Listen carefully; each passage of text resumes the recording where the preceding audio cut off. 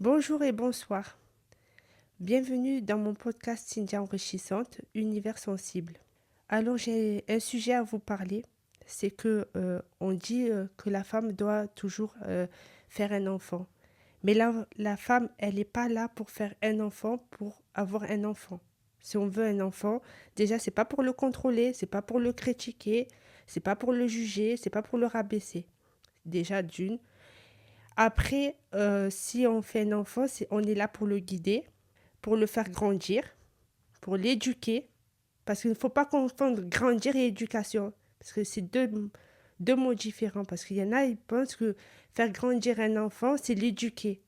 Non, non, pas du tout. Il faut faire la séparation entre les deux. Et ensuite aussi, l'amener au bout de son chemin, jusqu'à son état adulte, le développer jusqu'à ce que c'est possible. Une fois qu'il doit partir de la maison, qu'il doit faire ses choix et tout, on est là pour le conseiller, pour être là pour lui ou pour elle.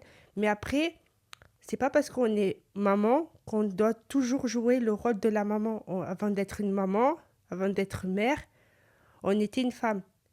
Et quand on est une femme, même quand on a des enfants, des fois on a besoin d'être un peu seule pour se retrouver à l'intérieur, intérieurement.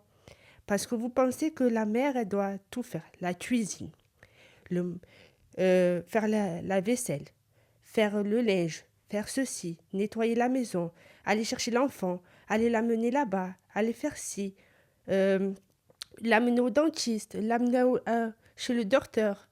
Et les hommes, pendant ce temps, ils font quoi? Ils font pas grand-chose. Alors, maintenant, vous les hommes, ou certaines femmes, quand vous voyez une femme qui dit non, je veux pas avoir d'enfant, genre en mode c'est ah mais pourquoi tu veux pas avoir d'enfant, mais tu sais c'est bien d'avoir un enfant.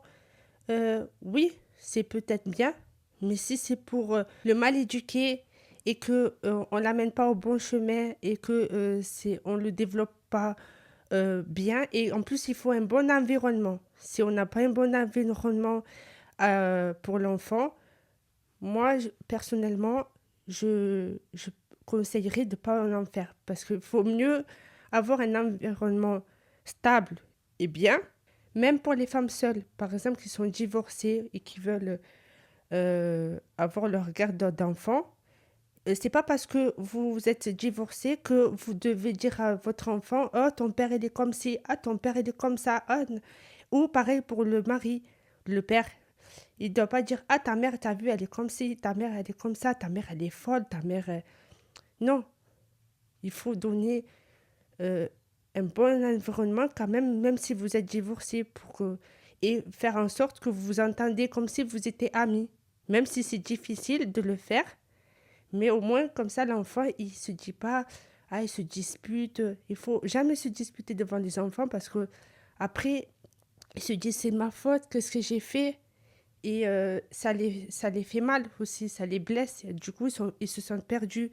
Ils savent plus s'ils doivent défendre leur mère, leur père, même s'ils sont plus vers leur mère, mais voilà. Et pareil pour les enfants qui n'ont pas grandi avec leur père ou leur mère. C'est pas parce que tu n'as pas grandi avec ta mère ou que tu connais pas les origines, même si tu les connais parce qu'on te l'a dit. Et même si, par exemple, tu as un père qui a été absent, qui n'a pas voulu te reconnaître à la naissance, même si tu connais ses origines, même si des fois tu le vois, tu le croises ou tu croises ta mère, on te l'a montré comme elle est et tout, et ceux qui n'ont jamais vu leur mère ou quoi que ce soit, là c'est un peu plus compliqué pour savoir les choses. Mais la chose de pouvoir savoir qui est ton père, que tu le vois, que tu le connais, même si tu n'as pas reconnu, que tu sais où il est, euh, tu, tu sais où il traîne ou dans la ville où tu es.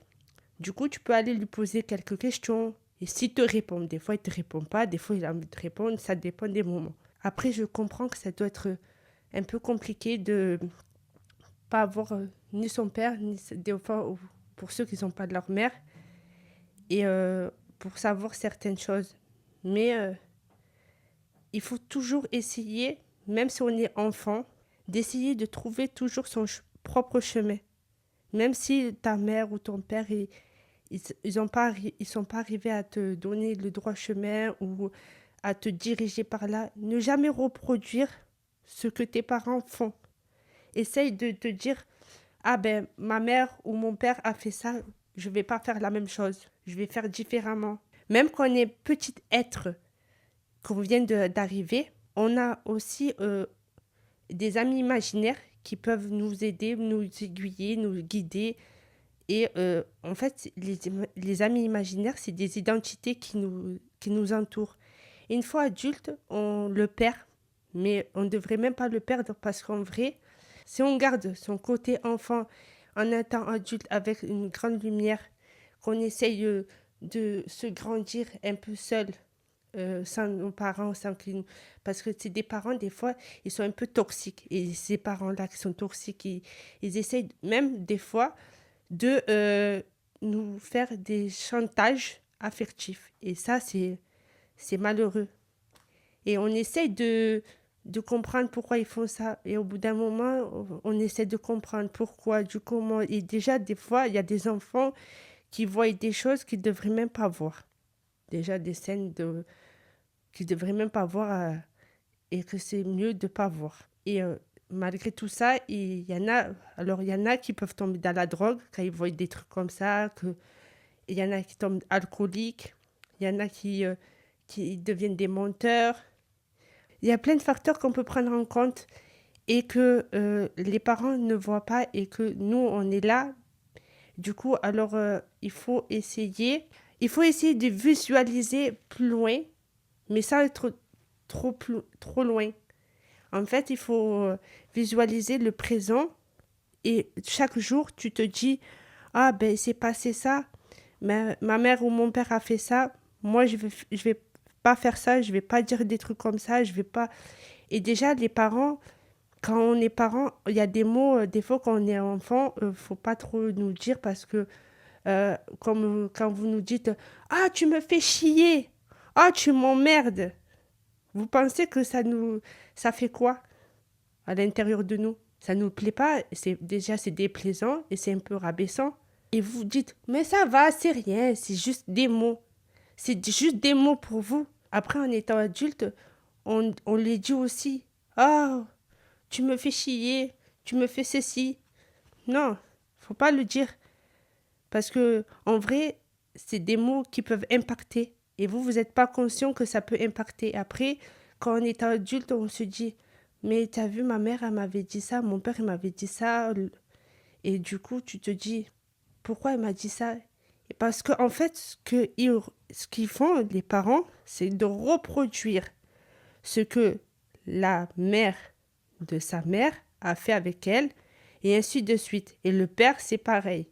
Alors, ils pensent que de faire la même chose en boucle et en boucle répétitif avec le nouveau enfant qui arrive, le petit être, de faire la même chose, ils pensent que c'est normal. C'est pas normal. Normalement, on doit pas faire ça. On est là, c'est vrai, c'est vos enfants, mais on est là pour les guider, comme je répète encore une fois, les guider, les développer, les faire grandir, les éduquer, même s'ils sont adultes, qu'ils ont besoin de nous, on est là pour eux, mais parce que nous, un jour, on va finir par partir. Déjà, quand on est venu seul et on va repartir seul.